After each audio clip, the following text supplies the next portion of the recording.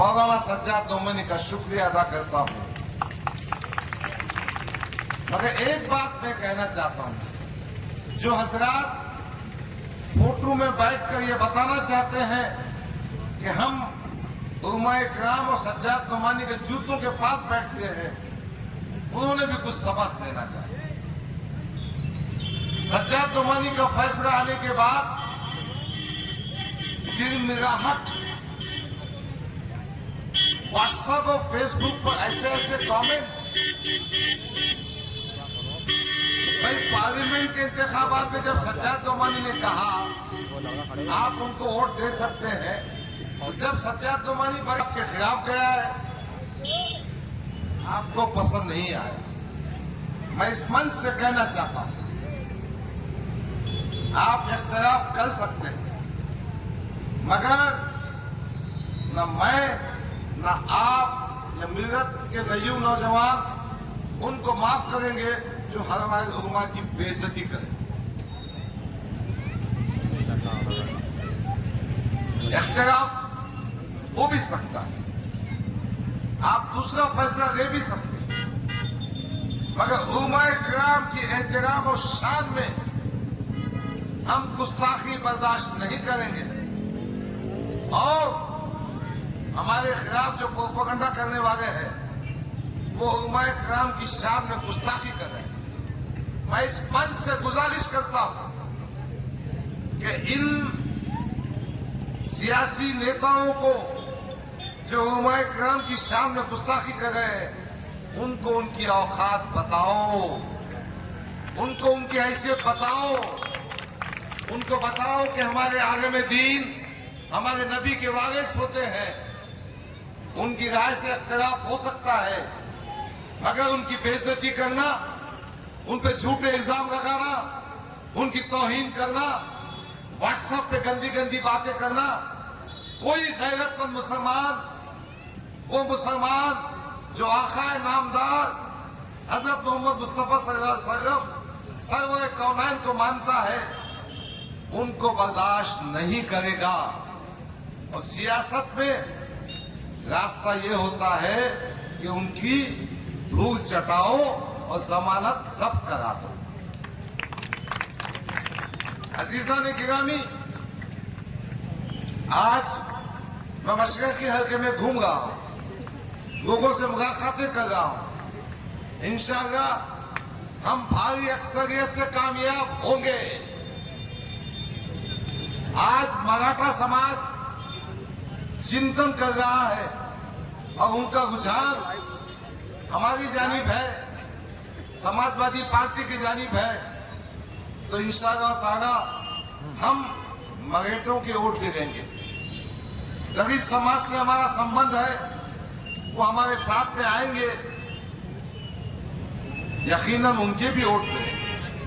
और एक बात मैं वादा करने आपके सामने आया हूं कि मैं आपके बीच में 10 साल से था, है और रहूंगा।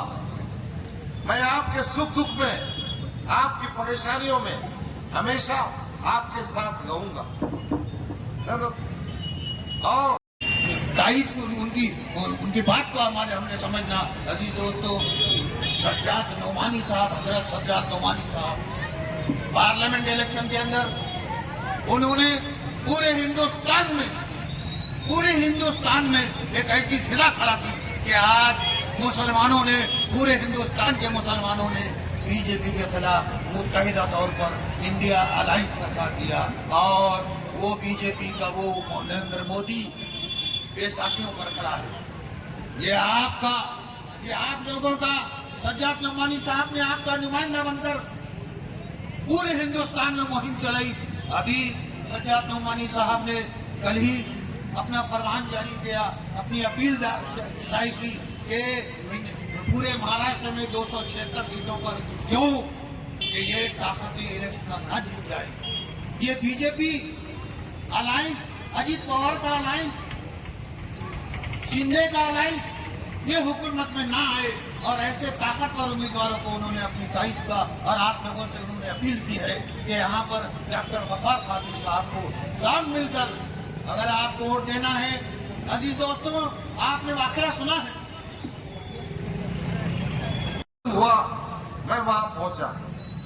मशरक़ी हल्का भी मेरा हल्का है। मैं 10 साल से मेहनत कर रहा हूं। हमारी मेहनतों के नतीजे में 250 वोटर्स रजिस्ट्रेशन कैंप की वजह से आज इस हल्के में 1,46,000 मुसलमान वोटर्स है। 10 साल हमने मेहनत करना, हमने बीज बोना, हमने फसल उगाना और फल खाने तुम वहां से यहां कूद जाएंगे, ये हम बर्दाश्त नहीं करेंगे। और यही एहसास हर आदमी के दिल में है, यही गुस्सा हर वोटर के दिल में है कि भाई आप जाना था सेंटर में और अगर मुझे टिकट नहीं देना था तो मुझसे कह दिए होते। पर यार बातें बहुत गंभीर है, स्टोरी आपको मालूम है। मैं एक बात कहने का चाहता हूं कि आप समाजवादी की जो निशानी साइकिल है उसका बटन 5वें नंबर पर है। 20 तारीख को अपने वोटों की कसीर तादाद दीजिए, हम अतु सावे को दफन कर देंगे। गुज़िश्ता 2 वक्तों में ये नाथूराम गोडसे की औलाद, ये भारतीय जनता पार्टी का उम्मीदवार, ये आरएसएस का एजेंट हमारे सर पर मुसल्लत था। हम इन इंतखाबात में इसको धूल चटाएंगे, इसको शिकस्त देंगे। बस आपकी मदद चाहिए, आपकी दुआएं चाहिए, आपकी सरपरस्ती चाहिए, आपकी ताईद चाहिए। बस यही गुजारिश करता हूं कि 20 तारीख को अपने घर का एक वोट, अगर कोई रिश्तेदार बाहर रहते हैं वो तुमको लेके आइए और फिर साइकिल का जो निशान 5वें नंबर पर है ईवीएम मशीन पर, वो बटन दबाइए, भारी अक्सरियत से कामयाब कीजिए। इंशाअल्लाह हम इस इलाके में, इस असेंबली के क्षेत्र में तालीम के मैदान में अच्छे स्कूल कायम करेंगे। गवर्नमेंट के जो स्कूल है, कॉर्पोरेशन के जो स्कूल है, उनका मियार इतना ऊंचा करेंगे कि आपको प्राइवेट स्कूल में जाने की जरूरत नहीं और मोटी फीस देने की जरूरत नहीं। अस्पतालों को ठीक करेंगे। पुलिस की वर्दी या पुलिस ऑफिसर जहां कहीं नाइंसाफी करेंगे उसके खिलाफ चट्टान बनकर डट जाएंगे। मुझे उम्मीद है कि औरंगाबाद मुकामी तौर पर कांग्रेस का बहुत ही ढीला कैंडिडेट खड़ा हुआ है। जमानत तो क्या 2000 वोट भी नहीं देगा, जमानत कोई बचने वाली नहीं है। आज समाजवादी पार्टी ने उम्मीदवार देकर कामयाबी का रास्ता बनाया है और जब हम महाविकास आघाड़ी का हिस्सा बनेंगे, सत्ता का हिस्सा बनेंगे, तो हमारा जो देरीना मसाइल है, मुस्लिम नौजवानों की तालीम का मसला, रोजगार का मसला, इनकी तरक्की का मसला यकीनन मुसलमान रिजर्वेशन के माध्यम से पूरा किया जाए। हमारी जो कीमती जायदादें हैं औकाफ की, उनको हासिल किया जाएगा और उनका जरिए से कौम और मिल्लत की बहबूद का काम होगा। मैं जानता हूं वक्त कम है, हमारे बीच दूसरे मुखर्रिर भी है। बस आखिर में गुजारिश करता हूं कि 20 तारीख का दिन बहुत अहमियत का दिन है। वोट एक अमानत है, एक शहादत है, एक गवाही है। आप अपने घर से उठिए, शहादत दीजिए कि आप गैरतमंद मुसलमान हैं। आप शहादत दीजिए कि आप उलमा इकराम को मानते हैं। आप शहादत दीजिए कि आप चाहते हैं कि महाराष्ट्र में इस हल्के असेंबली में तरक्की का मामला हो। आप चाहते हैं कि भारतीय जनता पार्टी का सफाया साफ हो। आप चाहते हैं कि नाथूराम गोडसे की औलाद को दफन कर दिया जाए। इसलिए उठिए और 20 तारीख को अपना वोट साइकिल की निशानी, उसका जो बटन नंबर 5 है, उसको दबाइए, कामयाब कीजिए। शुक्रिया, खुदा हाफिज, अस्सलाम वालेकुम।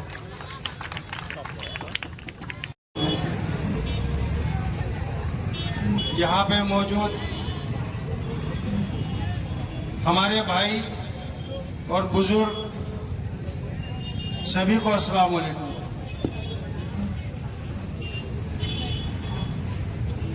अभी जिस तरीके से हमारे डॉक्टर साहब ने कहा कि इस बार लड़ाई आपके मुस्तकबिल की है, आपके विकास की है, आपके सुरक्षा की है। मैं विस्तार से समझाना चाहता हूं। मेरा काम डिबेट चैनल में, सारे चैनल में बैठता हूं।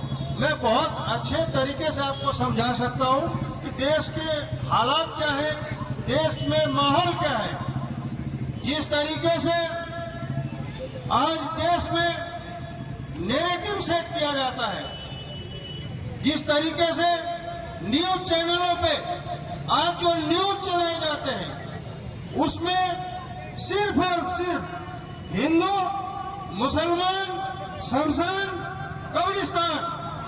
आप कभी भी न्यूज चैनल देखना, कोई भी अखबार उठा करके देखना, कभी भी आपके बच्चों के मुस्तकबिल की बात नहीं होगी, आपके सुरक्षा की बात नहीं होगी। आपकी जो एकता है वो बराबर नहीं है। हम कहीं ना कहीं टूट जाते हैं और तीसरी ताकत उसका फायदा उठा रहा है। इसलिए आप लोगों से बार बार गुजारिश की जा रही है कि आप सोचे समझे। देखिए, सर्वे में, पूरे हिंदुस्तान के सर्वे में ये बताया मुसलमान है, जो मराठा मुसलमान है वो समझदारी में नंबर 1 है। इसीलिए आपसे बार बार गुजारिश की जाती है कि 20 तारीख को जो आपका कीमती वोट है वो समझदारी से सामने कैंडिडेट को देखते हुए, जो आपके साथ लगातार 2014 से 2024 तक जो आदमी 2 बार चुनाव हारा हो और वो हिम्मत कभी ना हारा हो, वो आपके बीच पहुंचा हो। महाराष्ट्र के किसी कोने में भी अगर आपके पास किसी भी समस्या, कोई भी दिक्कत है, कोई भी समस्या आई हो, वो आदमी वहां पहुंचा हो, तो क्या आप नहीं चाहते कि 20 तारीख को हम उसे वोट करें? जो हमारा विधानसभा है उसका विधायक, जो हमारा हरदिल अजीज नेता डॉक्टर गफ्फार कादरी साहब है। आपको सोचने की जरूरत है, आपको समझने की जरूरत है कि हमारी ताकतें हैं, आखिर वो कहाँ गायब हो रही है। हमारी ताकतें हमारी समझ में गायब हो। मैं उसका एक दिन भाषण देख रहा था, वो कह रहा था 20 तारीख को पतंगा उड़ेगा, पतंगा, लेकिन ये पतंग का डोर किसी और के हाथ में है। ये आपको समझना पड़ेगा। आखिर क्या वजह है कि अगर मैं हक की बात करता हूँ 19 मुकदमे हमारे ऊपर लगते हैं, लेकिन असदुद्दीन ओवैसी साहब बताए कितने मुकदमे उसके पास लगे हैं। वो कौन की बात करते हैं, बताए किस कौम की बात करते हैं। गुजरात हो, उत्तर प्रदेश हो, बिहार हो, कहाँ है? मैं गुजरात की बात बताऊं भी आपके पास फुर्सत नहीं है।